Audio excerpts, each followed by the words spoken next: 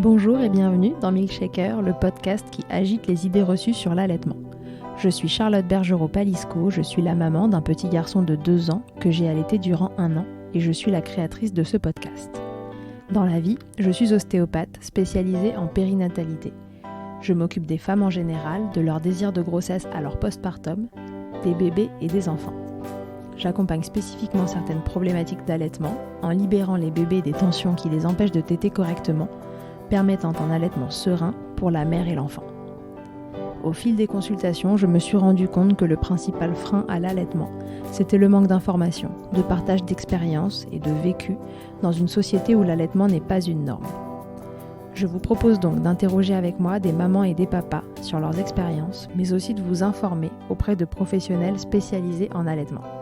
Mon objectif est simple, vous informer, vous donner les clés pour faire des choix en conscience, banaliser l'allaitement sous toutes ses formes, vous le rendre plus accessible, plus facile et alimenter ce fameux village dont on a tant besoin pour élever un enfant. Aujourd'hui dans Milkshaker, c'est Bérangère qui a accepté de nous raconter son histoire pas comme les autres, ou plutôt ses histoires. Car accrochez-vous, cette Wonder Maman en est à sa 3e lactation induite. Alors déjà, c'est quoi la lactation induite ? C'est le fait de mettre en route une lactation sans grossesse au préalable. Et elle va vous expliquer comment ça marche. Bérangère a adopté 2 enfants et est en cours d'adoption de son 3e. Pour elle et son mari, l'allaitement a une place toute particulière car il permet à leurs enfants d'être frères et sœurs de lait, à défaut d'avoir pu être frères ou sœurs de sang. Bérangère y a mis tout son cœur avec son mari. À chaque fois, elle ne sait pas quel bébé elle va rencontrer, ni son âge, ni son état de santé, mais c'est décidé, elle va essayer de les allaiter. Elle nous raconte aujourd'hui sur fond d'adoption, car c'est intimement lié, ses 2 premières expériences de lactation induite. De mon côté, je suis bouche bée à l'écoute de cette histoire et de cette incroyable maman, touchée en plein cœur par la force et la persévérance dont elle fait preuve malgré les obstacles qu'elle rencontre. Je vous souhaite une très belle écoute. Bonjour Bérangère, bienvenue dans Milkshaker. Bonjour. Bérangère, aujourd'hui on va parler avec toi d'une histoire toute particulière, on va parler de lactation induite et je suis ravie de t'accueillir dans Milkshaker pour parler de ce sujet. Bérangère, est-ce que tu peux d'abord te présenter, nous dire qui tu es, qui sont tes enfants, etc. Alors, donc moi je m'appelle Bérangère, j'ai 32 ans et je suis la maman de 2 garçons qui ont 7 ans et 4 ans, que j'ai adoptés au Maroc et nous sommes en cours pour un 3e bébé. Ok. Alors ces 2 enfants, mon petit doigt me dit que tu les as tous les 2 allaités. C'est exact. Raconte-nous dans les grandes lignes tes projets. Alors, dans les grandes lignes, la première démarche, ça a été déjà de trouver des informations sur le sujet et tout d'abord d'y croire. Parce que donc mon premier ayant 7 ans et demi, j'ai découvert qu'il était possible d'allaiter un bébé adopté, d'allaiter un bébé sans avoir porté d'enfant d'ailleurs surtout. Oui. J'ai découvert ça il y a 8 ans. 9 ans même maintenant, 9 ans. Par quel biais tu as découvert ça ? Alors, par désespoir. J'ai fait une recherche Google qui devait ressembler à peu près à comment allaiter un bébé sans grossesse, quelque chose comme ça. Ouais. Et je suis tombée sur le site de la Leche League qui recense des feuillets du Dr Jack Newman sur la lactation induite. En sachant qu'à ce moment-là, tu te dis, ok, mais ça, c'est de la théorie. Bien sûr. Déjà, en cherchant quelques témoignages de mémoire, il y avait 3 témoignages qui étaient accessibles, dont 2 témoignages de parents, enfin déjà rien en France, hein, bien sûr. Ouais. C'était des témoignages américains et canadiens. D'accord. Dont 2 témoignages de mamans qui ont allaité leur bébé né par GPA, donc un bébé qui venait tout juste de naître et qui n'avait jamais pris de biberon, etc. Donc la grossesse pour autrui, GPA. Voilà, oui, pardon. Et une mère qui avait adopté son enfant et qui avait réussi la mise au sein d'un bébé de 16 mois. Donc pour moi, c'était de la science-fiction. Hein.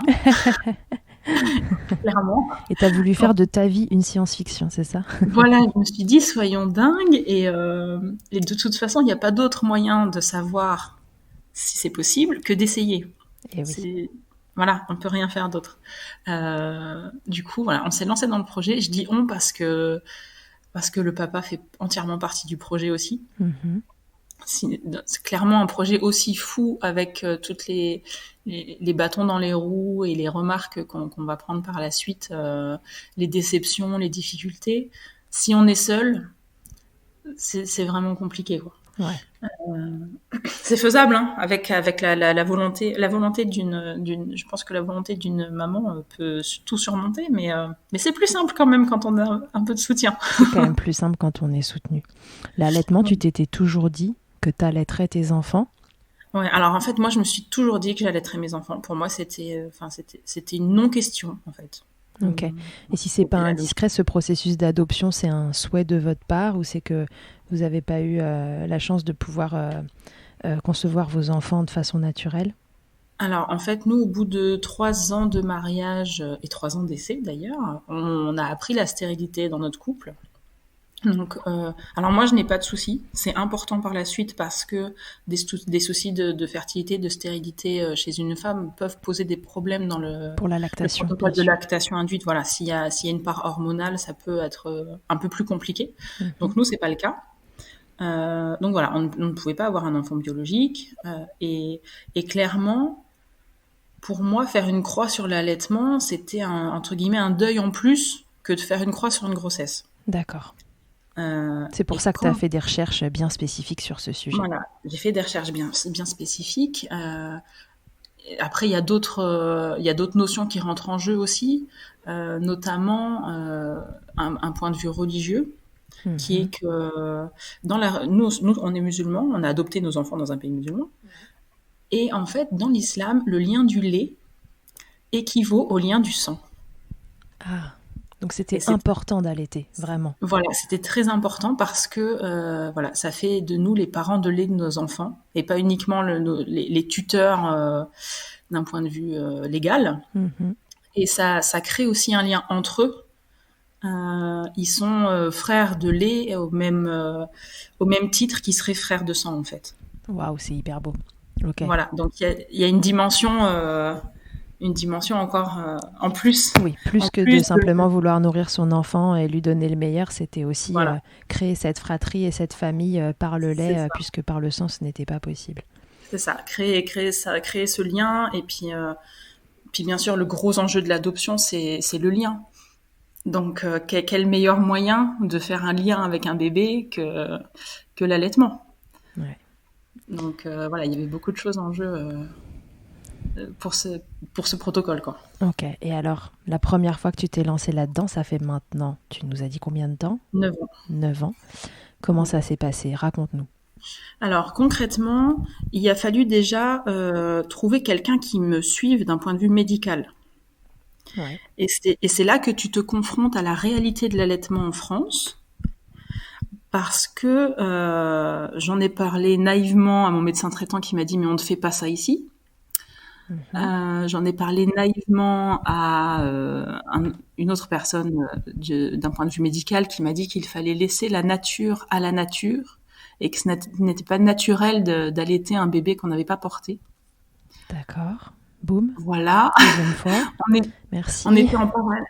On était en parallèle en train de faire notre agrément du coup pour pouvoir adopter. Mhm. Et je me suis dit, je vais en parler avec l'assistante sociale qui nous évalue, qu'elle voit jusqu'où je vais aller pour ce bébé, à quel point je l'aime déjà. Ouais. Et elle m'a répondu que c'était quand même une démonstration d'une certaine instabilité psychologique que de vouloir allaiter parce que ça prouvait que je n'avais pas fait le deuil de ma grossesse. Oh là là. Ok. Voilà, Ouais. voilà. Donc toi qui arrivais en te disant, voilà à quel point je suis prête, Voilà, etc. Elle t'a retourné le truc. Boum. c'est ça. Et du coup, tu te dis, donc, on va se rendre à l'évidence, on va se débrouiller seul, hein. Mm. Non, mais Ouais. après, voilà, concrètement, en tant que maman adoptante, moi, j'ai pas eu l'idée d'assister à une réunion de la Leche League, par exemple, Mm. parce que pour moi, j'avais pas ma place, euh, ni de contacter une sage-femme, parce que la sage-femme, c'est pour la grossesse, la naissance, le postpartum. Mm. voilà, alors que j'aurais pu et j'aurais certainement dû. Et à Mais ça, je le l'époque, dis. les consultantes en lactation, c'était peut-être pas encore très connu. Ah non, il y a 10 ans, j'en savais rien du tout. Et alors, je ne sais pas comment j'en suis arrivée à cette conclusion, mais j'ai contacté le lactarium proche de chez moi, en me disant ça doit être quand même les gens les plus au courant. Bah ouais, non, mais je pense que t'as pas eu tort, ceci dit. Et voilà, et je suis tombée sur une super pédiatre au lactarium de Nantes qui fait des consultations à la lactation, etc., Ouais. qui m'a reçue, qui a accepté de me faire les ordonnances donc pour le protocole Mhm. et une ordo pour le tire-lait, mais tout en me disant, par contre, je ne peux pas vous aider. Pour moi aussi, c'est de la théorie. Je n'ai Ouais. jamais suivi quelqu'un dans ce protocole. Je veux bien un retour d'ailleurs, donc Ouais. retour que je lui ferai quelques mois plus tard. Mais clairement, on a dû se débrouiller avec les infos glanées ça et là, et puis voilà quoi. Bon, et Donc alors du voilà. coup, comment ça a marché? Qu'est-ce qu'il fallait faire? C'est quoi ce Alors protocole? Parce du que coup, c'est un protocole. le principe du protocole, c'est de tenter de reproduire à minima le schéma hormonal de la grossesse. Ok. C'est-à-dire que avec une pilule fortement dosée en oestrogène, plus une molécule qui s'appelle la dompéridone, qui Oui. va faire monter une autre hormone qui est la prolactine, Mhm. euh, on va combiner ces deux hormones pendant un certain temps pour en fait développer le tissu mammaire, etc., ce qui se passe pendant la grossesse. Mhm. Et au bout d'un certain temps, après ça dépend du temps qu'on a déjà, parce que dans un projet, ce genre de projet, on n'a pas forcément de date précise à l'arrivée. Ouais. Et au bout d'un certain temps, on va tout simplement arrêter la pilule, donc l'oestrogène, et commencer les tirages. Donc en fait, ça fait une chute d'hormones comme au moment de la délivrance. Ouais. Et on commence les tirages pour stimuler à fond et voilà, faire monter l'ocytocine, faire monter la Ouais, prolactine, donc on etc. essaie vraiment de leurrer le corps, de lui faire croire, Exact. hormonalement parlant, que tu es enceinte. Et Voilà. ensuite, on fait tomber les hormones de grossesse Tout à et fait. on tire le lait comme un bébé tirerait, Voilà. têterait au sein. Exactement. Ok. Du coup, il faut s'y prendre idéalement 9 mois avant. Voilà, idéalement, ça se fait, ça se commence 6 à 9 mois à l'avance. Ouais, et toi, comment t'as fait? Alors moi, pour mon premier, étant donné que, faut être honnête, j'y croyais à moitié, je ne savais pas si ça allait marcher. Les médecins m'ont tous un peu mis en garde en me disant c'est quand même des hormones, c'est quand même compliqué, etc. Ils t'ont fait Donc peur? voilà, j'ai fait un protocole qui est cité aussi par le docteur Newman. Hein, c'est un protocole express, donc où j'ai fait cette simulation hormonale, on va dire pendant un mois et demi avant de commencer à tirer. Ok. Voilà, mais j'ai quand même eu du résultat après, en sachant que pendant cette période, donc oui, le but est de leurrer le corps, mais Mhm. du coup, le corps y croit vraiment. C'est-à-dire que, chose auquel je ne m'attendais pas, j'ai quand même eu le droit au dégoût au niveau des odeurs, Ah ouais. au, au- Ah, tu t'es quand même au- farci les symptômes de grossesse. Sympa. Ah, mais complètement, Ouais. Quel complètement. bonheur. On pensait au moins échapper Encore à pour ça. ça. Ah, c'est ça. Alors, du coup, je me suis dit, bah, c'est bien, j'ai les mauvais côtés, mais ça m'a permis aussi de moins idéaliser la grossesse, du Ouais, coup, c'est vrai. Tu t'es dit, finalement. bon, finalement, c'est pas Donc, si mal. Ça va durer qu'un mois et demi. c'est ça, voilà. Moi, j'ai mes enfants, ils sont déjà montés, ils sont déjà entiers, c'est parfait. C'est ça de moins à faire. Donc, non, non. Après, c'est ce qui est génial, c'est que ça nous permet aussi de nous projeter. Ouais. Parce que tous les jours on y pense, parce que, enfin voilà, c'est du concret. Je C'est comprends. du concret et ça, voilà, c'est agréable. Donc voilà, donc en est venu le moment où j'ai commencé à tirer, Mhm. en sachant que voilà, que j'avais pas choisi un super tire-lait à l'époque et ça c'est pas, voilà, de ce côté-là, c'était pas le meilleur des choix. Ouais. Mais j'ai eu du lait assez rapidement. La quantité était pas folle, mais j'avais pas de point de comparaison en fait. Ouais. Donc je me suis pas trop inquiétée là-dessus. Et ton bébé n'était pas Euh, encore là, hein, quand tu commences à non, tirer. alors ouais, mon bébé n'était pas là. Je ne savais pas exactement quand on allait partir. Je ne savais pas quel bébé on allait rencontrer, ni son âge, ni son état de santé, rien du tout. D'accord. Donc c'est aussi un gros point, c'est que toutes les tires allaitantes s'en rendent compte. Et, euh, et dans l'allaitement en général aussi, c'est que le moral joue énormément. Bien sûr. Et tirer à l'aveugle, c'est bien différent que de tirer pour son bébé, où voilà, on sait pourquoi on le fait, on sait ce qu'on va lui apporter, et voilà quoi. Ouais, bien sûr. Donc voilà, tirage à l'aveugle, Mhm. mais dans un premier temps, surtout pour voir si voilà, c'est possible, j'ai du lait, effectivement. Euh, Première goutte de lait, je crois que le quartier était au courant. Hein. Victoire. C'est parti en message, je dois appeler tout le monde, je dois prévenir tout le monde. C'est dingue cette histoire, ça marche Bah quoi. ouais, c'est C'est fou. dingue. Puis t'as fait ça comme une grande, quoi, hein. Personne Ah t'a ouais, non mais accompagné c'est là-dedans, si ce n'est toi, ton noyau avec ton mari. Donc tu pouvais en effet voilà, et crier à comme la quoi. fenêtre que c'était OK. Ah mais carrément. Ah mais il me semble même que j'en avais informé ma boulangère quand même, hein. Mais ouais, mais t'as Il me raison. semble. Mais il faut informer la boulangère parce que elle aussi, elle va pouvoir dire que c'est possible. Donc il faut lui dire. Mais voilà, mais complètement. Si ça c'est possible, alors que clairement je n'ai aucune connaissance à la base, j'ai aucune connaissance de plus que quelqu'un d'autre. J'ai pas une volonté plus que quelqu'un d'autre. Euh, donc si ça c'est possible, tout est possible. Ouais. En matière d'allaitement, tout est possible. Donc voilà. Donc j'ai tiré pendant 3 semaines, un mois, et on est parti au Maroc, donc rencontrer notre enfant. OK. On ne savait pas exactement quand. On avait un rendez-vous. On est parti le 21 décembre. On avait rendez-vous le 24 décembre. Ouais. Et on est arrivé à 9h30. On a déposé notre dossier. Et la directrice nous dit: ah bah c'est bon, votre dossier il est complet. Oui. Ah bah allez vous asseoir. On va vous présenter un enfant. OK. D'accord. Ok. On n'avait pas prévu ça comme ça, mais pourquoi pas. OK. Voilà. Comme Donc patienter en on salle a. d'attente, s'il vous plaît. Ah, voilà. Non mais nous on s'attendait à ce qu'elle nous dise: bon bah voilà, moi j'ai bien votre dossier, il est bien entre mes mains, il est complet. Voilà, je vous contacte. On savait qu'il n'y avait pas beaucoup d'attentes, mais quand même.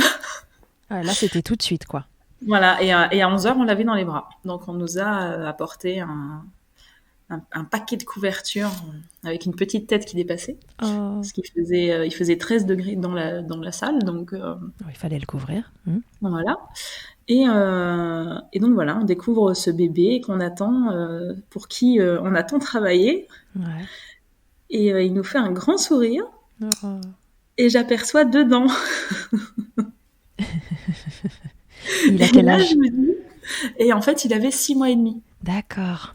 Il avait 6 mois et demi, et là je me dis, j'avais pas pensé à ce détail, en fait. Bizarrement, je m'étais dit peut-être que c'est un bébé qui mangera déjà, peut-être que. Mais alors les dents, je les avais totalement occultées. Ouais. Grosse erreur de ma part. Pourquoi ça t'a fait peur, ces dents? Parce que bébé donc il avait 2 dents, il était en pleine douleur dentaire parce qu'il avait les deux incisives du haut qui étaient en train de sortir aussi. Ouais. Et je me suis absolument pas vue avec mon téton entre ses dents, en fait. C'était pas envisageable d'un coup. Bizarrement, ouais, voilà. Et après, voilà, on ne savait rien des démarches, on savait pas comment ça allait se passer. Et il y a eu beaucoup de choses qui ont fait qu'il a fallu un peu revoir notre copie, parce que cette première tétée, nous, enfin moi je l'ai imaginé, je l'ai rêvé, je ne sais combien de nuits, hein. Ouais. Voilà, assise au calme, dans un rocking chair, avec mon bébé dans les bras qui me regarde amoureusement. La petite musique qui berce Voilà, en fond. et puis au final, on a découvert qu'on pouvait voir notre enfant que 2 heures par jour, jusqu'à la fin des démarches. D'accord. Et surtout qu'on pouvait le voir que dans ce grand salon où étaient tous les autres parents, où passaient tous les enfants, les nurses, etc. Ouais. Et oui, il fait 13 degrés. Et où il fait 13 degrés. Donc, tu Ouais, te dis, pas ok, super propice à mettre en ben place non, des tétés. non, clairement. Et puis en plus, ça serait très mal passé, ça aurait été très mal vu, Ouais. que j'allaite devant les autres personnes. Mhm. Donc, il a fallu attendre que l'enfant sorte de l'orphelinat. D'accord. Voilà, parce qu'en plus, c'est un bébé qui n'avait jamais tété. Et au niveau alimentation, en fait, il avait un biberon toutes les 2 heures, donc bon, pas de souci là-dessus. Mhm. Sauf qu'un biberon sur deux, c'était du lait mixé avec des biscuits type petit beurre. D'accord. Voilà. Donc c'était plus de la bouillie que du lait, et pour Ouais. que ça aille plus vite, il coupait la tête de la tétine. Ouf. Ouais. Donc il avait l'habitude d'un débit, comment dire? Ouais. J'allais te dire, les petits beurres, ça passe pas dans les tétines, normalement. Mais bon. Voilà, il coupait carrément le haut de la tétine, en fait. Mais pas, voilà, c'est pas qu'ils élargissaient le trou, hein. Ils mettaient un coup de ciseau, clairement. Il y avait plus de. Ouais, donc c'était du gavage, quoi. Voilà, c'était du gavage, mais du coup, je me suis dit, je pense que ça va être compliqué pour lui. Parce que moi, à l'époque, je tirais 150 millilitres par jour. D'accord. Autant dire que par tirage, j'avais peut-être 30 millilitres, quoi. Ouais. Et lui, il descendait un bib de 240, de 270 en 4 minutes, Hmm. même pas. Ouais, tu t'es dit, là, l'offre et la demande, ça va pas coller. Voilà, ça va pas coller. Alors du coup, j'ai fait du tir allaitement. J'ai Mhm. tiré tout ce que je pouvais et il avait un biberon tous les jours et ça c'était déjà super important pour moi. Bah ouais. Pour créer ce lien dont je parlais au début. Oui, on l'a compris, ça va plus loin que le fait de le nourrir. Voilà. Et aussi parce que voir son bébé 2 heures par jour, c'est compliqué. Ouais. Surtout quand tu dois le laisser et tu sais que qu'il aura pas, personne va répondre à ses besoins en fait. Mm. Moi, je me souviens d'un détail, entre guillemets. À 17 heures, on devait donc reposer notre enfant dans sa chambre. Sauf qu'en général, il n'y avait personne. Donc, tu prends ton bébé, tu le passes par-dessus la barrière, tu le poses par terre et tu t'en vas. Et il hurle et il est tout seul. Oh, chouchou. Donc, quand tu dois faire ça tous les jours, le fait que juste avant de partir, je lui donne le biberon avec mon lait, ou que papa lui donne le biberon avec mon lait, euh, t'as l'impression que tu lui laisses une petite partie de toi quand même. Ouais. Tu vois. Donc c'est quelque chose d'appréciable pour tout le monde. Lui, je pense pas qu'il en avait conscience, bien sûr, mais voilà. Aujourd'hui, à 7 ans et demi, il en est très très fier. Ouais. Oui, Donc maintenant qu'il peut bien comprendre tout ce qui s'est passé. voilà, ouais. Non, non, c'est quelque chose. Enfin, pour nous, ça a été important, même si c'était pas l'allaitement rêvé et voilà. Donc j'ai tiré à l'été. Il est resté un peu plus d'un mois à l'orphelinat. Donc tous Ouais. les jours, il avait son biberon. Voilà. On a supprimé le biberon de céréales de 17 heures et on l'a remplacé par mon lait. Mais ça, c'est pareil. Les nurses n'étaient pas d'accord parce que pour elles, c'était plus important qu'ils prennent ces céréales, enfin qui étaient même des petits beurres plus que des céréales, donc du sucre plus qu'autre chose. Ouais. Donc on devait feinter, prendre un biberon vide, vider son biberon. Enfin, on a fait ça clandestinement au final. Ouais. Mais voilà. Et quand il est sorti de l'orphelinat, on a tenté la mise au sein, Mhm. Et alors? mais ça a été un échec. Parce que en fait, déjà, quand on lui a présenté le sein, il m'a regardé genre euh, And, quel est l'intérêt de la and chose? so what? Je ne vois pas de tétine, s'il vous plaît. Donc, il a fallu déjà plusieurs essais avant qu'il comprenne que Ouais. c'était censé aller en bouche. Et quand il a compris, il était très très heureux de me prendre pour un anneau de dentition. Aïe, aïe, aïe. Donc, Ah oui, voilà, mais ce gros. chouchou n'avait pas tété tout le début de sa vie. Donc là, maintenant, il a 7 mois. 6 Voilà, mois plus un mois d'orphelinat. il avait Et 7 mois et demi. Lui, le seul truc qu'il s'est dit, c'est chouette, un truc à mâchouiller, quoi, en bah fait. oui, j'ai le droit de le Donc, mettre dans voilà. ma bouche. Ok, fine, je le mâchouille, ouais. À aucun moment, il se dit, c'est ça qui va me nourrir, c'est logique. Ah bah non, non, non. Puis gros éclat de rire quand moi je me recule en hurlant parce que j'ai fini carrément avec une plaie quand même, tellement il était comme un bourrin. Donc il était mort de rire. Je me suis dit, bon, ça va être compliqué, mon doudou, hein. On a réessayé quelques fois quand il était un peu endormi et tout. Mais bon, voilà. Après, la réalité, il y a une grosse réalité derrière qui est aussi qu'il avait l'habitude d'être seul dans son lit.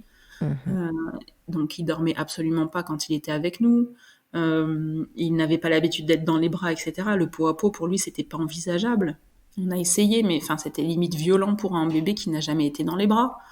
Euh, Enfin voilà, il était en bronchiolite, il avait 39, 40, il arrivait déjà pas à respirer. Alors t'étais, voilà.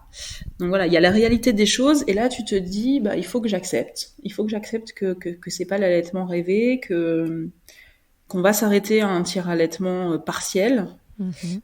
mais que voilà, moi j'ai fait mon maximum à moi pour mon bébé. Ah ouais, c'est déjà énorme. Donc voilà, ça je pense que c'est vraiment un truc à retenir dans l'allaitement, c'est que voilà, si le maximum d'une maman c'est la tétée d'accueil, et ben elle a fait son maximum, Ah, donc c'est déjà enfin énorme. voilà. Et donc ça c'était notre premier protocole. Ok, et donc il a été tir-allaité partiellement pendant combien de temps? Voilà, alors il a été tiré à l'été partiellement, du coup pendant le mois de l'orphelinat et le mois qui a suivi Mhm. où j'étais encore sur place au Maroc Ok, à faire les démarches, etc. Mais après le retour à la maison a été, comment dire, a eu raison de mon temps d'accord. de tirage, voilà, Ouais. parce Bah oui, que parce que c'est extrêmement chronophage de tirer voilà, plusieurs fois par jour. Le tir allaitement, c'est très chronophage parce que c'est le temps de tirer plus le temps de donner c'est ça. le lait dans un autre contenant et avec un bébé Voilà, qui a déjà 7 mois. puis en plus tu te retrouves avec un bébé qui a des besoins différents de ce que tu as connu jusque-là. Bien sûr. Parce qu'il faut créer un lien, parce que c'est un bébé qui a jamais été attaché, parce que le pauvre, du coup, s'est retrouvé en pleine angoisse de séparation au moment où il est juste à peine en train de comprendre ce qu'étaient des parents. Ouais. Enfin, c'était... voilà, je me suis dit, voilà, je ne vais pas insister. Ouais, il y a un moment où il faut choisir ses combats. Voilà, c'est ça. Donc là, il y avait déjà assez de chamboulements et je me suis dit voilà ce temps j'ai pu lui accorder avant qu'il soit là, j'ai pu lui accorder tant qu'il est à l'orphelinat, etc. Parce que ça faisait un lien entre nous, parce que voilà, mais maintenant il faut que je lui accorde à lui entièrement et Ouais, c'était ça son besoin. voilà, c'est ça, s'adapter aux besoins de l'enfant, même si c'est pas celui qu'on avait espéré, celui qu'on avait rêvé, celui qu'on avait imaginé, Ouais, c'est toujours lui qui passera avant. ok. Donc du coup, t'en gardes quoi comme souvenir de cette première expérience de lactation induite?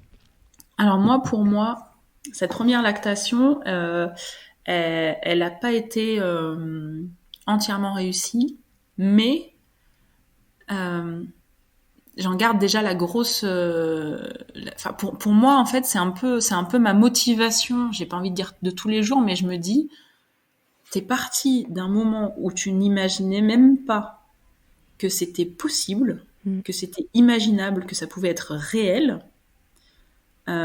Et donc, en partant de rien, tu as réussi à donner ton lait à ton bébé que tu as adopté.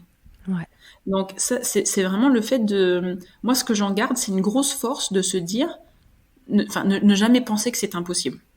Tant ouais, qu'on n'a pas tout cherché, tant qu'on n'a pas tout retourné, tant qu'on n'a pas tout essayé, c'est impossible de baisser les bras. Voilà. Même si le résultat au final, il n'est pas celui que tu imaginais, c'est pas grave. ouais. C'est pas l'important, quoi.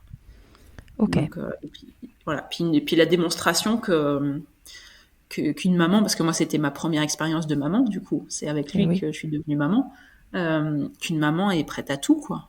Ah oui, ça. Voilà, mais non, mais c'est vrai, Et tu oui. l'imagines pas avant d'être maman. Tu dis oui, je vais l'aimer, oui, mais tu n'imagines pas la force que tu peux avoir en fait. Mm. Donc, voilà. Donc du coup, euh, de cette force que t'as tirée de cette première maternité et de ce premier allaitement, combien de temps après vous avez décidé Alors, de réitérer l'expérience, la même expérience en fait? voilà la même expérience. Alors là, donc mon grand garçon avait 2 ans et demi, donc il était pas si grand que ça, hein, Ouais. quand on a commencé les démarches pour le deuxième. Mhm. Et au final, on s'est même pas posé la question, pour le coup. Ouais. C'était totalement logique, c'était sûr. Et en fait, moi, maintenant, voilà, encore plus maintenant qu'on est au troisième, les démarches d'adoption vont de pair avec la lactation induite, en fait. Ouais, ouais, C'est c'est un un pack package complet. total. Donc voilà. Seulement là, je me suis lancée pas du tout dans le même état d'esprit. Je me suis pas dit, on va essayer, voir si ça marche. Je me suis dit, ça marche, j'ai acquis plus de connaissances. Parce qu'entre-temps, moi, je suis tombée dans dans la passion de l'allaitement, etc., à vouloir en comprendre tous les rouages, tout ce qui peut se passer, etc. Yes. Je me suis dit, voilà, je sais que c'est possible. J'y crois. Déjà, ça, c'est très, très important. Mhm. Je crois en ma capacité à avoir du lait. Euh, donc, je vais tout faire au maximum pour que ça aille au mieux et pour que j'ai plus de quantité, pour que j'arrive à mettre bébé au sein, etc. Donc, je suis partie encore plus déterminée et avec beaucoup plus d'armes, surtout. Ouais. Et t'avais Ouais, gardé en mémoire que par contre tout ça allait être euh, soit sublimé, soit mis à mal par le bébé que tu allais voilà. rencontrer et que tu Ouais. savais pas quel bébé tu allais rencontrer. C'est ça. Là, j'étais beaucoup plus, j'étais moins dans l'idéalisation. Ouais. J'étais là, voilà, moi je vais donner mon maximum. mais je suis pas la seule dans l'équation, quoi. Voilà. Il y a le bébé, il y a la situation, parce que c'est sûr que quand tu te retrouves avec un bébé qui sort de l'orphelinat, des démarches administratives à faire, qu'en plus t'es pas chez toi, t'es chez quelqu'un d'autre, enfin, c'est pas propice à une mise en place de l'allaitement, donc ça va, on peut prendre ça aussi en compte. Ouais. Donc j'ai été directement revoir le lactarium. Je me suis dit, je ne vais pas me casser la tête à en parler à qui que ce soit d'autre, hein. Tu lui as raconté, du coup, la première fois? Voilà, ouais, du coup, je lui ai raconté, donc elle était très contente d'avoir un retour, très contente de m'accompagner aussi pour le second, en me donnant quelques petites astuces, etc. Donc très très chouette. Voilà. Donc là, j'ai fait un protocole qui était un peu plus long, mais c'était encore pas le protocole complet parce que on a dû partir plus tôt que prévu, en fait. D'accord. Donc Alors là, combien de temps finalement as-tu été pseudo-enceinte? Alors là, pendant 4 mois. Ok. Voilà, pendant 4 mois, j'ai pris 10 kilos. Hein. Ah oui, donc la vraie grossesse, quoi. Voilà, avec donc tous les à côté, hein, les douleurs à la poitrine, les dégoûts, les sautes d'humeur merveilleuses, les sautes d'humeur, un vrai plaisir, surtout que c'est inexplicable puisque tu n'es pas enceinte, donc personne ne met ça sur le compte de la grossesse, n'est-ce pas? Voilà. Mais voilà, donc une nouvelle expérience. J'ai commencé à tirer et là, contrairement à mon premier, j'avais choisi un tirelet, la Rolls-Royce. J'étais avec le Medela. Ouais. Et là, à ma grande surprise, quand j'ai commencé à tirer, donc j'ai eu du lait, mais surtout, j'ai commencé par avoir du colostrum. Ça n'avait pas été le cas la première fois? Non, la première fois, c'était plutôt du lait très dilué, D'accord. voilà, presque de l'eau, et qui s'est enrichi au fil du temps. Et là, au contraire, j'ai commencé par avoir du colostrum. Ouais, donc un début de lactation classique. C'est ça. Donc là aussi, gros plaisir, hein, c'était génial. Et donc, la quantité est montée assez rapidement. J'ai tiré pendant 3 semaines, un mois avant qu'on parte, et je tirais 400 millilitres par jour. D'accord. Bah déjà, c'est Voilà. vachement bien. Donc voilà, donc déjà c'est presque 3 fois plus. Donc j'étais assez confiante, comme quoi croire en soi et puis prendre un maximum d'infos, ça sert, Ouais. ça se voit tout de suite. Donc on est parti, voilà, même démarche, on est parti en voiture, on avait rendez-vous à l'orphelinat, Et en quand tu sachant dis que vous êtes parti plus tôt que prévu, c'est que normalement vous deviez partir plus tard que ça et toi continuer ce protocole-là plus longtemps? voilà, normalement on avait prévu de partir pour l'été en fait. D'accord. Et finalement, les choses se sont faites différemment. On est parti dès qu'on a eu le papier de l'agrément en main. On est parti le lendemain, je crois. D'accord. Ok. On ne pouvait pas attendre plus. Ouais, et Et puis toi, t'avais du lait, donc go. bah oui, voilà. Donc à un moment donné, faut y aller, quoi. Puis c'est vrai que les tirages, quand t'es toute seule chez toi, c'est un peu compliqué. Quand Bah ouais, t'as les contacts avec le bébé, c'est beaucoup plus simple, quoi. tout à fait. Donc on est parti en sachant qu'on avait contacté l'orphelinat avant. Donc on avait 2 noms d'enfants. Ok.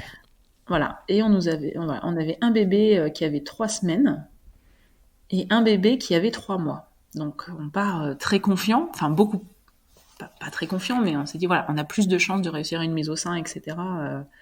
Qu'avec notre premier de 6 mois et demi. Mhm. Et donc on arrive 72 heures après devant l'orphelinat et la directrice nous dit ah non mais en fait il y a plus de bébé.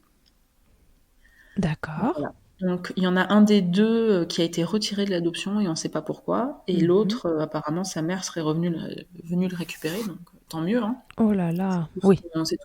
C'est tout ce qu'on leur souhaite. Mais c'est vrai que nous, du coup, on a un peu pris une claque. Ah ouais, une sacrée En claque plus, là. elle nous a même pas reçus dans son bureau. Hein. Elle nous a dit ça sur le seuil de la porte, quoi. Ah oui, parce que de deux bébés, on passe à... Non, vous êtes venus pour rien, quoi. Voilà, donc là, on s'est dit, mais on est venu plus rien. Et puis moi, tout de suite, je me dis, mais mon protocole, quoi. Je ne peux pas avoir fait tout ça pour rien, c'est pas Eh possible. ouais. Donc on s'est laissé quelques jours de réflexion entre est-ce qu'on rentre, est-ce qu'on insiste, qu'est-ce qu'on fait. Au final, on a décidé d'appeler d'autres villes au Maroc. Ouais. Et sur les autres villes, tout le monde nous a donné des délais de 6 mois, de 9 mois, ou alors on nous a dit ah non mais il faut venir sur place et c'était très loin. Mhm. Et il y a une ville qui est Marrakech qui nous a pas répondu. Et on Ok. s'est dit écoute, il y a 300 kilomètres. d'où on était. On y va. On y va demain, quoi. Donc, tout ça avec notre grand garçon de 3 ans, Bien maintenant. sûr. Eh oui, bien sûr. Donc, voilà, beaucoup de choses aussi à remuer pour lui, Mhm. parce voilà, il a toujours connu son histoire, mais le revivre un peu par procuration, c'était un peu compliqué pour lui, quoi. Ouais. Donc, on va dans une autre ville en sachant que moi, la réponse de la directrice me disant qu'il n'y a plus de bébé, le jour même, je ne tire que 150 millilitres. Et ouais, l'influence de notre état sur notre lactation. Voilà, le lendemain, j'étais même pas à 100. Donc ça, c'est pareil, c'est quelque chose... là, pour le coup, on le voit. Voilà. Des fois, on a des doutes quand on est en allaitement parce qu'on voit pas exactement, on sait pas exactement si c'est ça ou si le bébé a quelque chose. Là, moi, pour le coup, rien n'avait changé dans mes tirages, dans mes dosages, dans tout ça. Et directement, on dit, il n'y a pas de bébé, ben, il n'y a plus de lait, quoi. Et ouais. C'était assez ouf. Et donc, on est parti sur Marrakech. Dans un premier temps, la procureure nous dit non, non, il n'y a pas de bébé, parce qu'elle ne nous connaissait pas et qu'elle n'avait pas trop envie de... Voilà. Ouais. Et en fait, le lendemain, on décide d'y aller au culot. Et au lieu de passer pas par la voie légale, mais au lieu de passer par la procureure, on décide de faire le tour des orphelinats nous-mêmes, quoi. D'accord. Donc, c'est ce qu'on fait.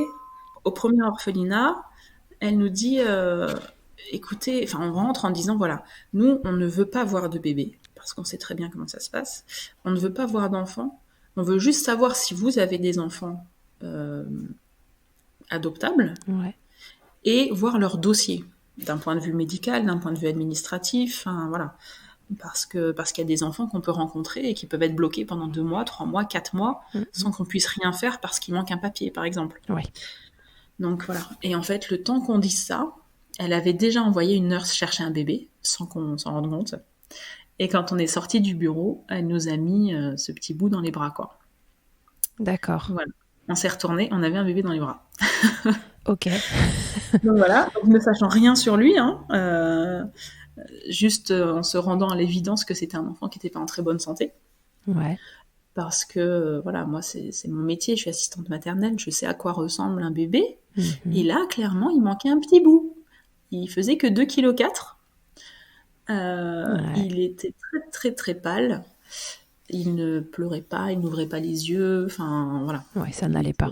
Ça allait pas. Et du coup, on a dû prendre une décision. Donc, on a décidé que, voilà, que ça serait notre enfant, même si on n'en savait rien. Les Mhm. seules infos qu'on avait, c'est le papier avec lequel il est arrivé de l'orphelinat, où il était écrit bébé X garçon RAS, Ouais. avec sa date de naissance. Donc, c'est là qu'on a su qu'il avait 12 jours. D'accord. Donc voilà, tout petit. Euh, et, euh, et donc on a été on l'a emmené 2 jours après chez un pédiatre Mhm. qui nous a dit bon voilà il faut qu'il fasse des analyses tout de suite et tout ça, chose qu'on a faite. Euh, et en fait il allait pas bien quoi. Elle a testé ses réflexes, il avait quasiment pas de réflexes. Quand les analyses sont revenues, en fait on a vu qu'il était en anémie Mhm. et surtout en septicémie. Donc il avait Ah, une infection généralisée qui était passée dans le sang quoi. ouais, donc ça n'allait pas du tout. Donc ça n'allait pas du tout. Et ma première réflexion, ça a été de dire, il faut absolument que j'ai du lait.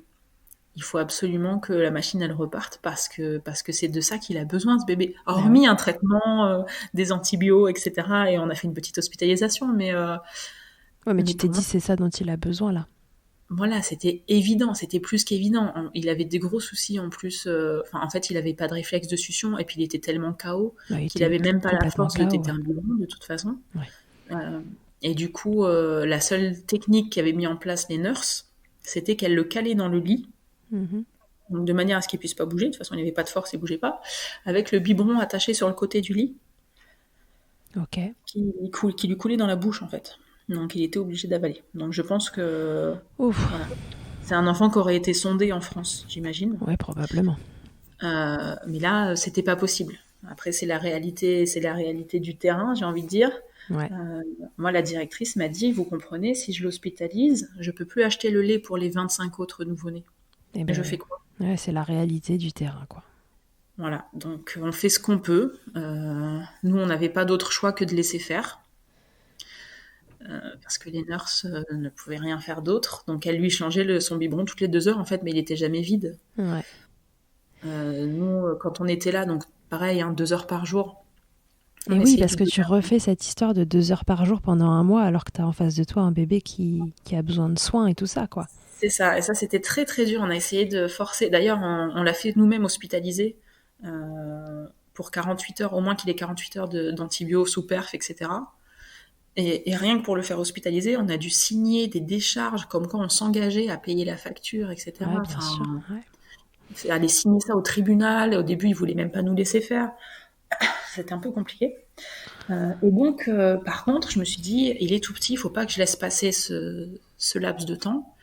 Et elles ont accepté de me laisser allaiter dans le bureau de la directrice, en fait, Ok. autre, dans le grand salon. Et donc, il a tété.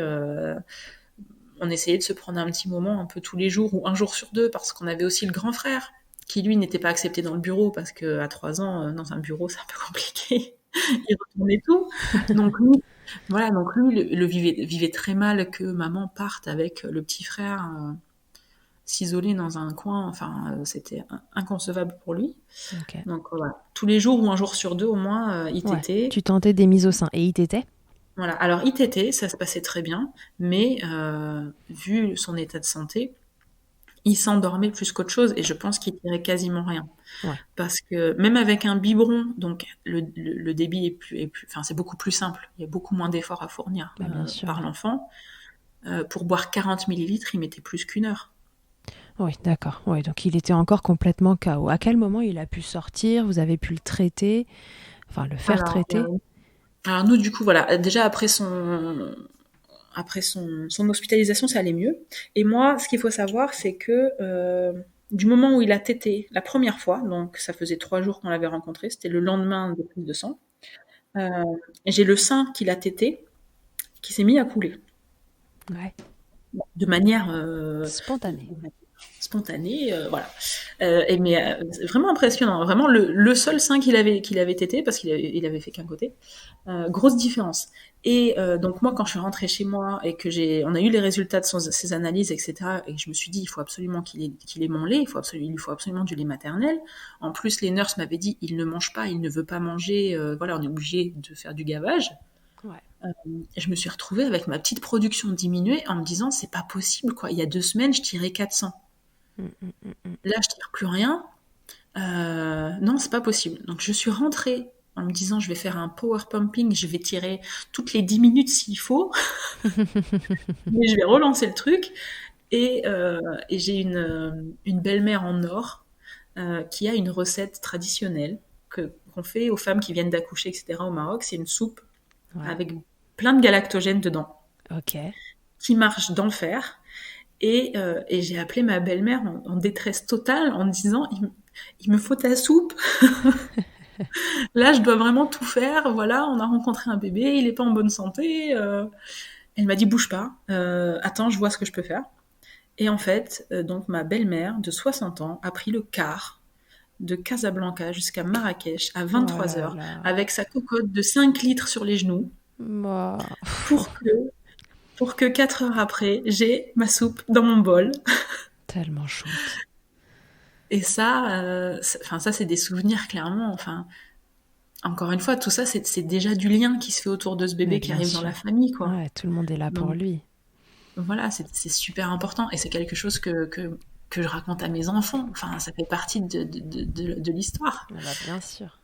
Donc voilà. Et le lendemain, donc après une nuit de power pumping, une soupe magique et la rencontre avec ce bébé, le lendemain, je tirais 450. Bon, super. Donc là, t'étais reparti à... Voilà, j'étais repartie et du coup, après, je suis montée à 500, 550 à peu près. Et Ok. lui, il buvait du coup 10 biberons. Je lui faisais 10 biberons de 50 millilitres. Génial. Et comme ça, tous les jours, je lui amenais. Enfin, c'est pas moi qui lui amenais d'ailleurs, c'était son grand frère qui était le responsable de la glacière et qui était très très fier de ramener les 10 petits biberons pour Ouais. les 24 heures de son frère. Et voilà, donc tous les jours, on lui amenait. À partir de ce moment-là, en fait, il a été tir à l'été exclusivement. Il n'avait plus que mon lait, Génial. même s'il était à Incroyable. l'orphelinat. Donc voilà, donc ça c'était vraiment euh, la grosse fierté et même entre les frangins, du coup, ça a commencé à créer quelque chose parce que voilà, ce grand frère, pas si grand parce qu'il venait d'avoir 3 ans, qui était un peu déstabilisé par le fait que qu'on aime quelqu'un d'autre, quelle horreur. Ouais, bah oui. Du coup, s'est dit que lui aussi avait son rôle à jouer et que c'est lui qui lui amenait à manger, donc super important quand même. Et oui. Euh, et c'était son premier réflexe donc il amenait la glacière, c'est lui qui l'amenait à la cuisine pour les dodo nurse. Et sa première question c'était il a tout bu mon frère? Non. Donc voilà, pour savoir s'il avait réussi sa mission. Ouais, ou non.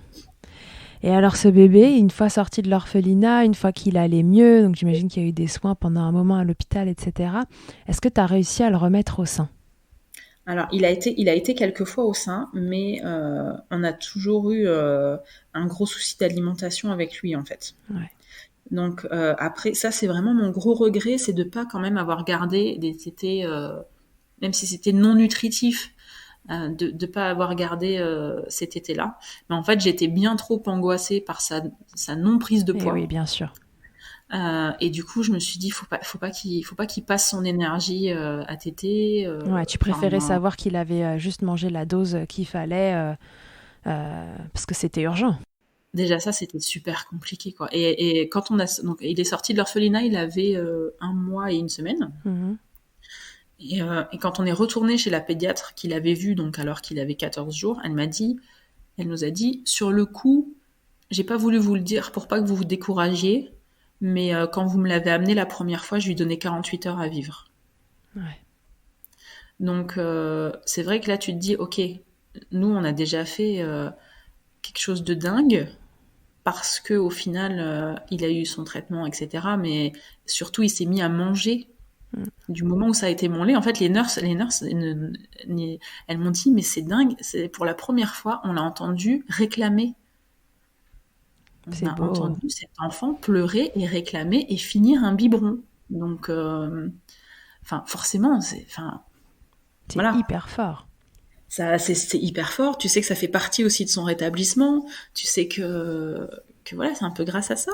Ah bah, bien sûr.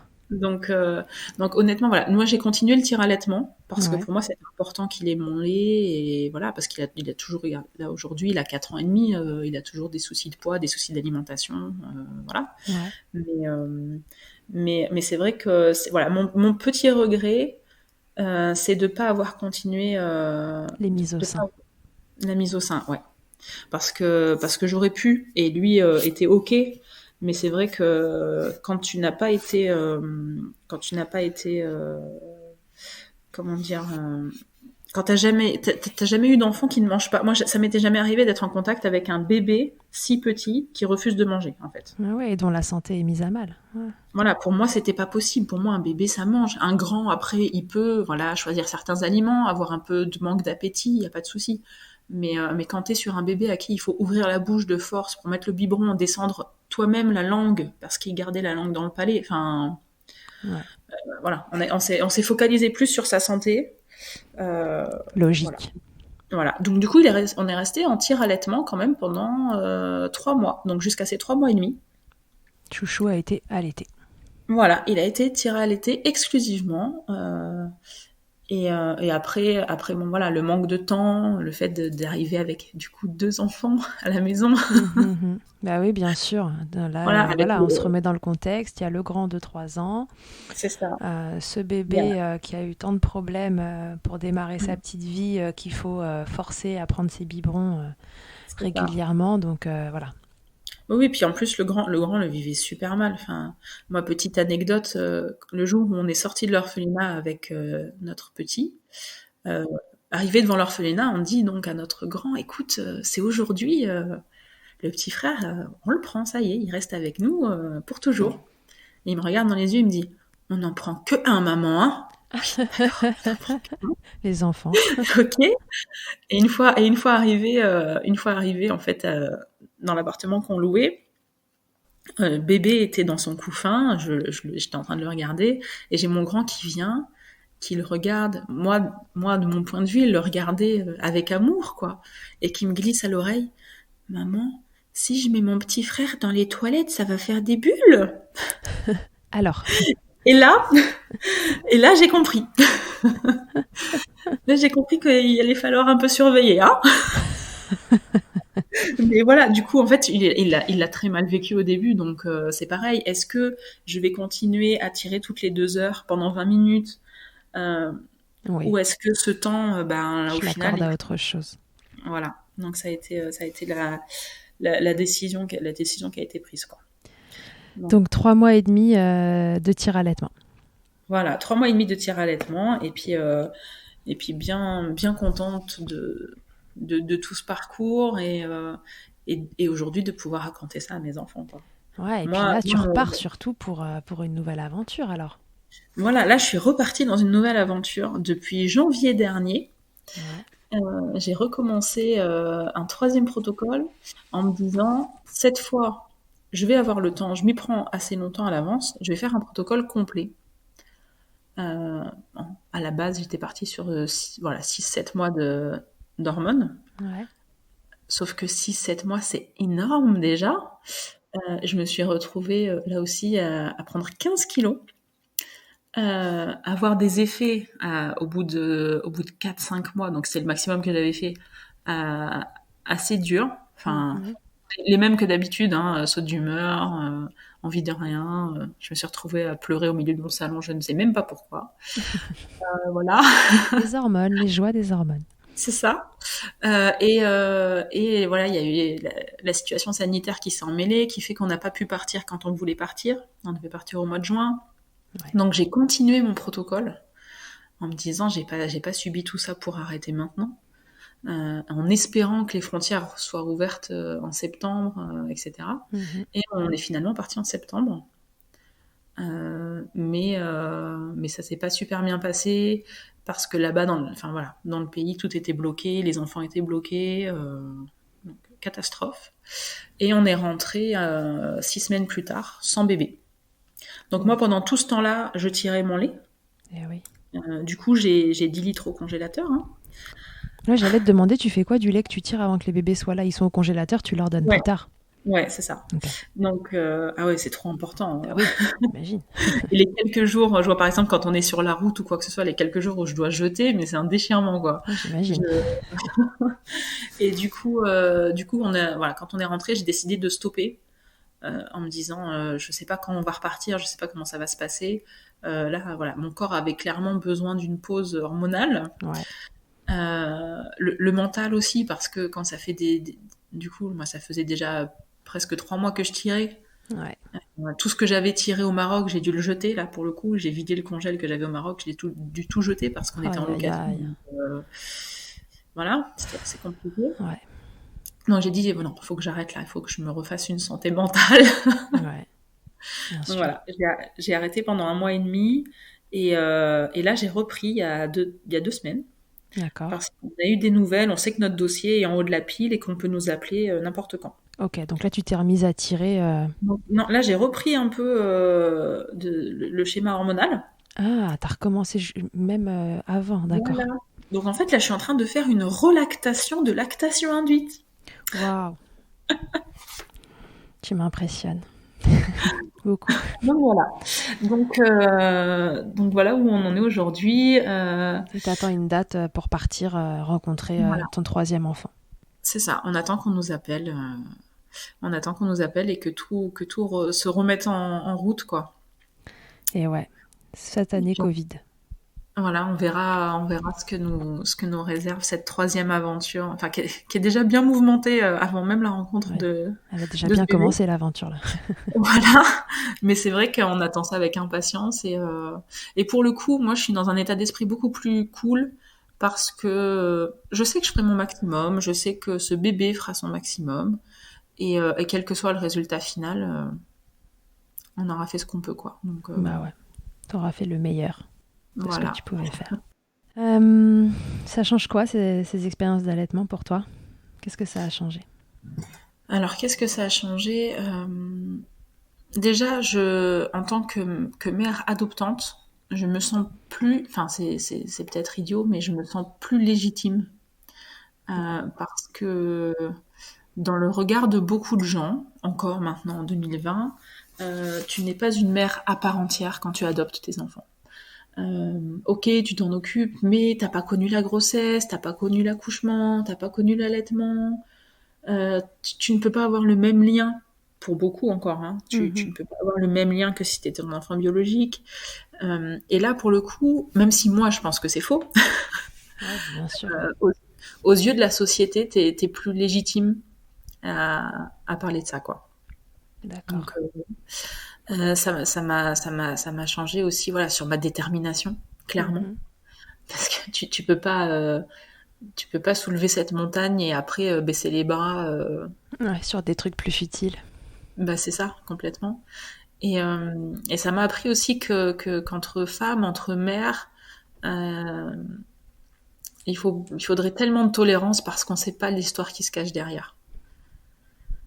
Ouais. Donc voilà, c'est facile de dire à une maman quoi, mais t'as arrêté l'allaitement, mais franchement, t'aurais pu donner un peu plus, ou au contraire, comment ça, t'allaites encore? Enfin, y a pas de jugement à avoir, enfin, pour ce qui est de l'allaitement, mais pour tout le reste, hein, Pour bien tout, en sûr, fait. Ouais, pour tout. Ouais. Mhm. pour tout. Mais voilà, là, le sujet, c'est l'allaitement, mais je trouve ça tellement dommage de juger quelqu'un sur un petit bout de sa vie. Mhm. Enfin voilà, c'est pour moi ça m'a ouvert les yeux sur plein de choses et c'est au-delà d'être une histoire d'allaitement, c'est une histoire de repousser ses limites Mhm. et de ne pas se mettre de limites plutôt. Ouais. De ne pas se mettre de limites, de faire tomber toutes les barrières que la société a voulu nous mettre en tête, que nos anciens ont voulu nous mettre en tête, que voilà.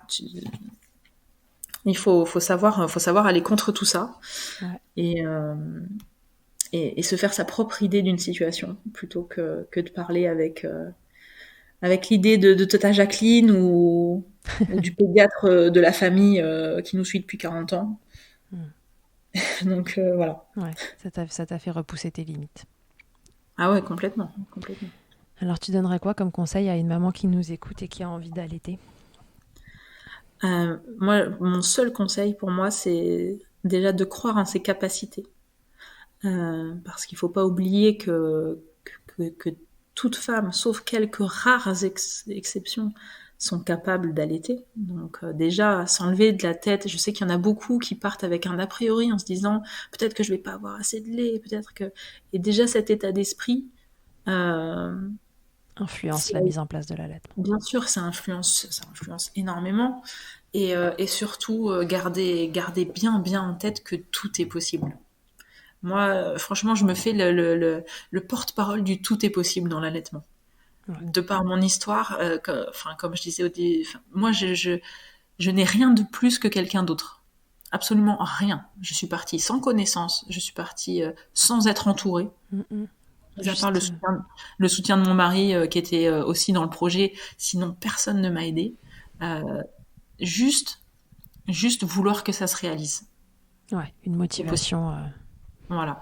Parce que je sais qu'il y en a qui partent, entre guillemets, défaitistes en se disant, voilà, moi j'ai pas de soutien, ma famille, ils veulent pas que j'allaite, mon conjoint, moyennement, je ne connais rien sur l'allaitement, mais si vous partez du principe que c'est possible, que vous le voulez, voilà, tout est possible. Faire une relactation d'un bébé qui a déjà 3 mois, continuer d'allaiter en travaillant, continuer d'allaiter, de faire du co-allaitement, d'allaiter un bambin. Rien n'est impossible dans l'allaitement. Ok. Voilà. Ok, ok. Avant qu'on se quitte, Bérangère, je vais te proposer de répondre à mon interview Fast Milk. Ok. Et je vais te demander quelle est, du coup, ta tétée la plus insolite ou ton tirage le plus insolite. Alors moi, clairement, mon tirage le plus insolite, je ne réfléchis même pas, c'est Ouais. quand on est parti pour mon premier et que j'avais rangé mon tire-lait dans la valise destinée à notre étape, donc après une journée de route, Ouais. en me disant oh, j'attendrai ce soir. Sauf que au bout de 3 heures, 4 heures, je ne sais plus, dans la voiture, Ouais. je me suis retrouvée obligée de tirer en expression manuelle dans un gobelet sur l'autoroute en voyant les voitures passer à droite à gauche, en me disant c'est totalement irréel comme situation.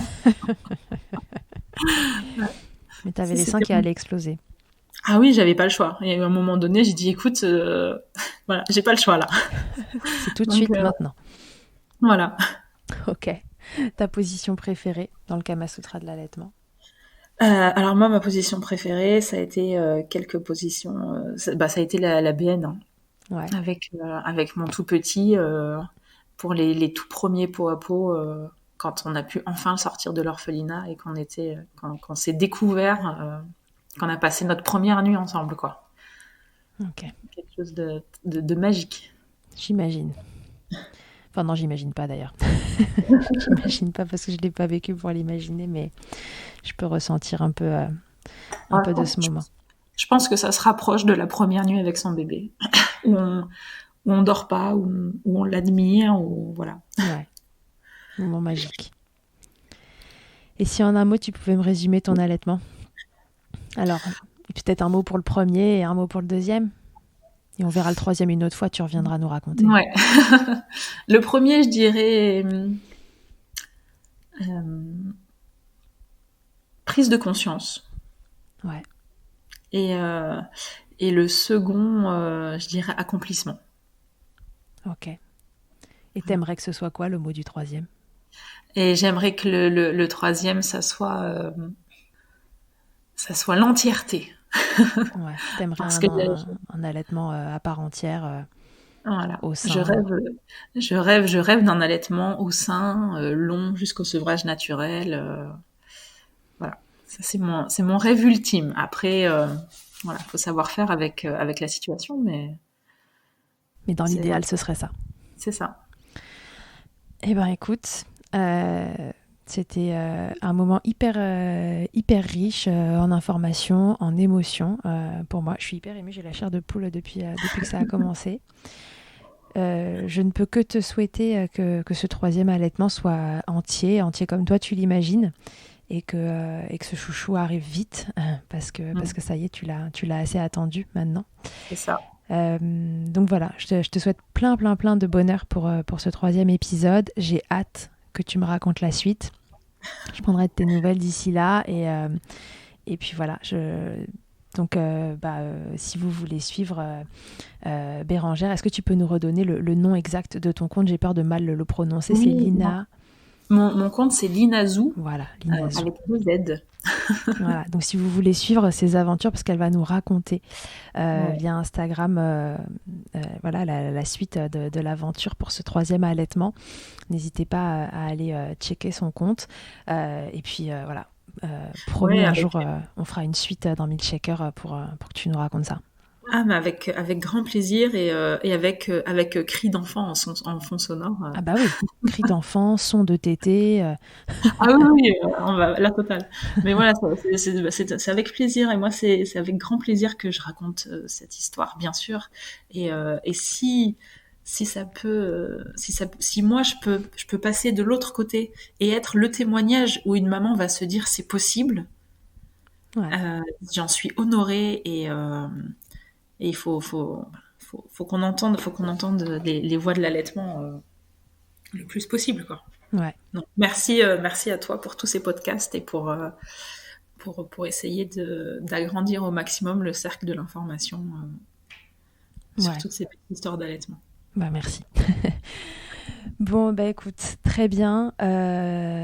Encore une fois, un autre merci. Voilà, pour ces mamans qui nous écouteront, pour celles qui pensent que ça n'existe, enfin qui ne savent même pas que ça existe, pour celles qui se diront que ça peut être une solution pour elles, pour celles qui juste voilà prendront de la formation et puis seront sûrement comme moi très touchées par ton histoire.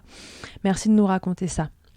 Puis en plus, je pense que ça peut aussi servir dans le sens où bon, on n'a pas trop fait de relation avec la relactation, mais il y a aussi plein de mamans qui regrettent de ne pas avoir allaité ou qui ont Bien eu un sûr. bébé qui était en néonate, etc.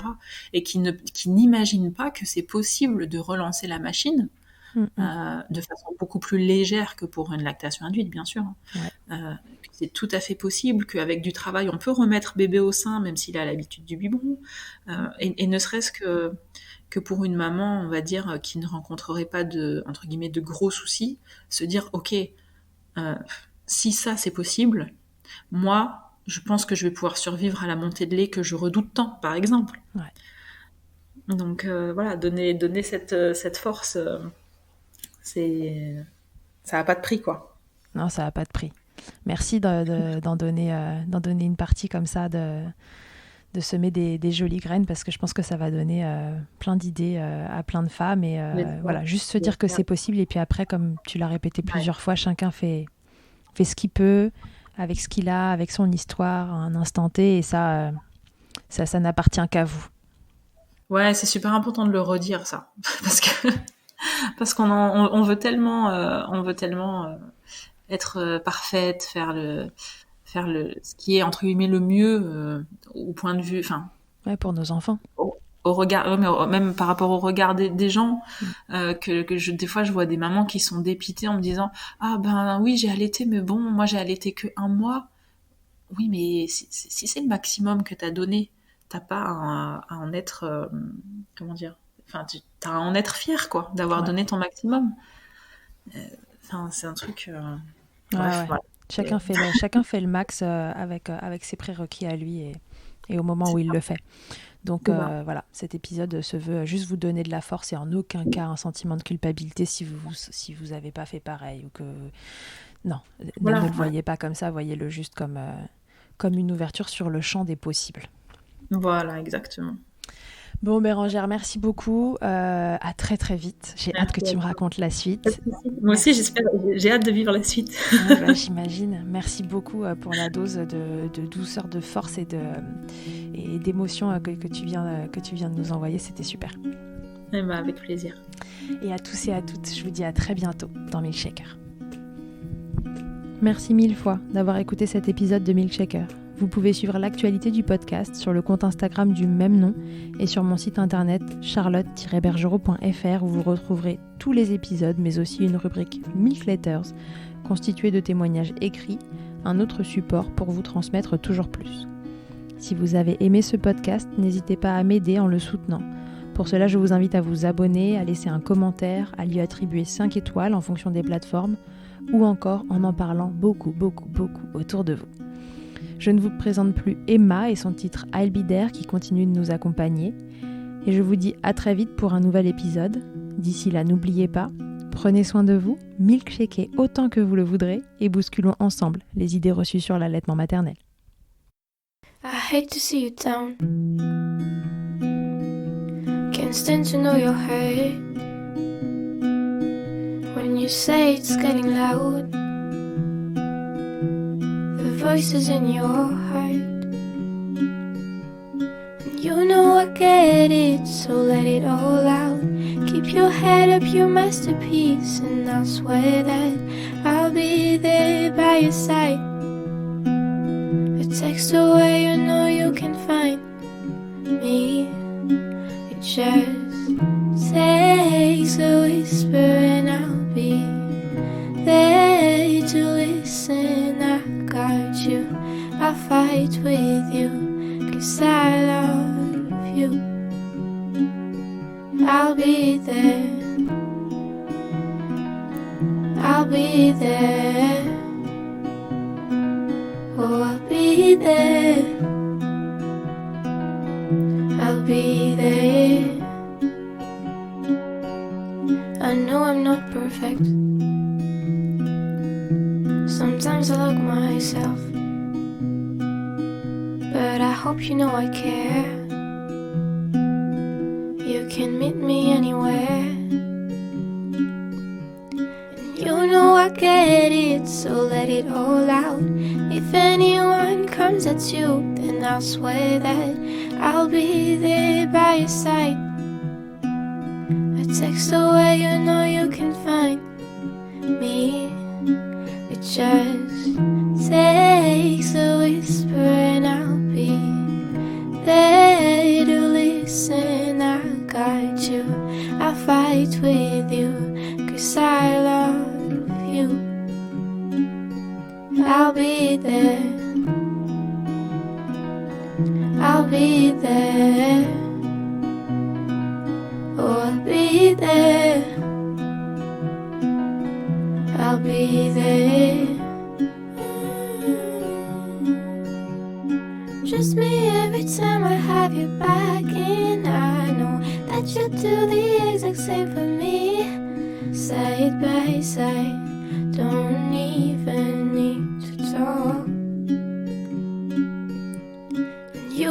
forget it, so let it all out. Keep your head up, your masterpiece, and I'll swear that I'll be there by your side. A text away, you know you can find me. It just takes a whisper and I'll be there to listen. I got you, I'll fight with you, 'cause I love you. I'll be there, I'll be there, so I'll be there, I'll be there.